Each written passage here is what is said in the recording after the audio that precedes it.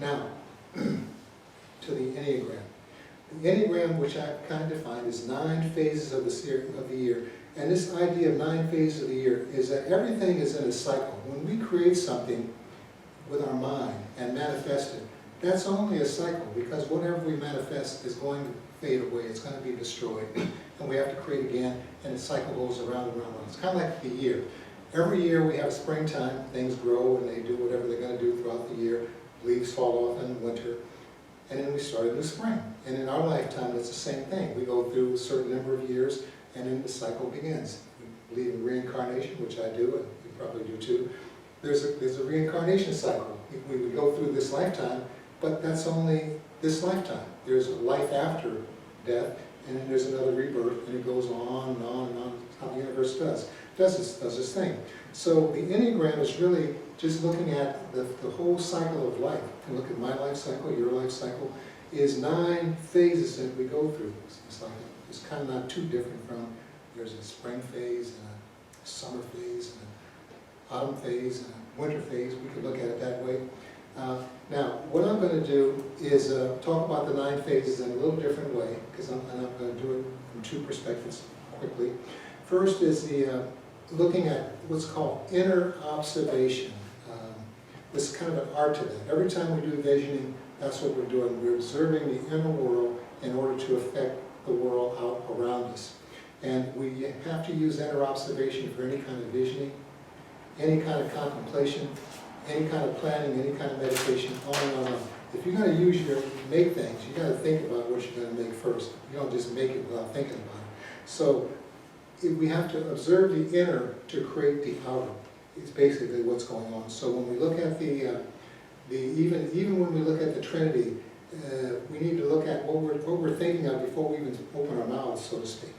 But when we look at the whole cycle of completion, the whole cycle of manifestation, which is ongoing, it goes around and around and around, kind of like a circle. We have the first third, the middle third, and the last third. First third would be parts 1, 2, 3. The middle third, parts 4, 5, 6. The last third, parts 7, 8, 9. And then the cycle is complete. We have manifestation, but guess what? Everything that's manifested is going to fade away, and we have to renew and start all over again. Whether it's in this lifetime or the next lifetime. But completion is a big part of the Trinity. Initiating things is a big part of the Trinity. And that middle ground is a huge part of the Trinity as well. All I'm going to do is break it into a few segments. So let me give you a subjective interpretation of it, because it's a little bit faster. So when we do a visioning, if we really bring a microscope down to, or concentrating, or contemplate, if we bring a microscope down to what are we actually doing when we do visioning? Well, this is what we're doing. The first step is you have to have a question in mind, or an idea in mind, something you want to voice. You can't really, there's no point in doing a visioning without any idea in mind. It's almost like if I have a tarot deck and someone just pulls a card and says, what does this mean? Well, I could tell them. I said, well, what, did you have a question? Well, no. Well, then it doesn't have a meaning. If we just close our eyes and catch visions, but we have no question, we're not seeking anything. It's not that you don't get anything, but it's a different process. So first you have to have a question. After you have a question, you have to begin to focus on that question. What am I really asking the divine? What am I asking? What am I really seeking?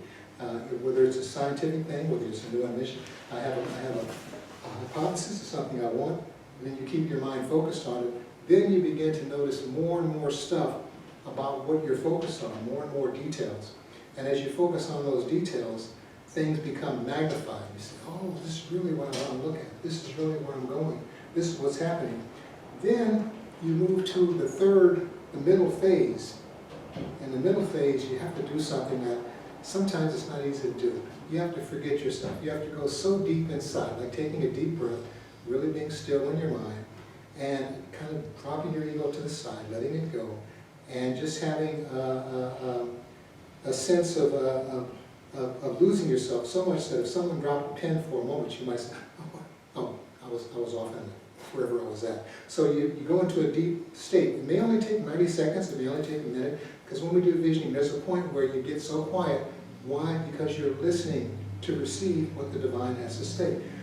Once we go into that state of incubation, of receptivity, which is the middle part of the Trinity, the middle part of the 9 stages, Then a light bulb goes off after a minute. You say, oh, I see it. I think I know what it is. But you don't really know what it is. What you know is you saw a vision. Maybe it means this, maybe it means that, but you don't really know exactly what it means. Then that's where the critical mind comes in and says, okay, I collected one vision here, collected another vision here, you have a vision, I have a vision. What does this all mean? And we start analyzing, we start picking it apart. So, okay, I think it means this. But that picking it apart and really drilling down on what it is doesn't happen right away. But if you really want to manifest it, you have to know what's being said. If you just get a vision, you don't know totally what's being said. You just have an image and a hodgepodge. Maybe you're right, maybe you're not right. So it's good to have I think I know what it means, but it's also good to have a drilling down and a picking apart to really get clear on it. Now, once you're clear on it, once you pick it apart, then you can begin to move into the manifestation stage, which starts with stage 7, 8, and 9. In stage 7, it's like we're so excited that we know what the thing means, we want to go out and just tell everybody, hey, I got this new thing, I know what it means, I'm ready to do something now. That's the first part of manifestation, wanting to share what you come up with.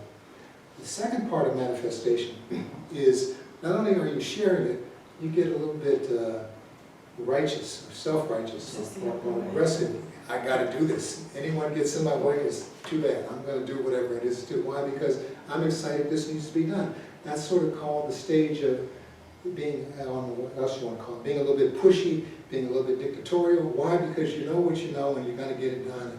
And hopefully people will help you. If they don't, they're going to appreciate what you do in the long run because it's coming forth. What you're doing is you're taking all the excitement of knowing what came forth from the divine, and you're making it into concrete reality.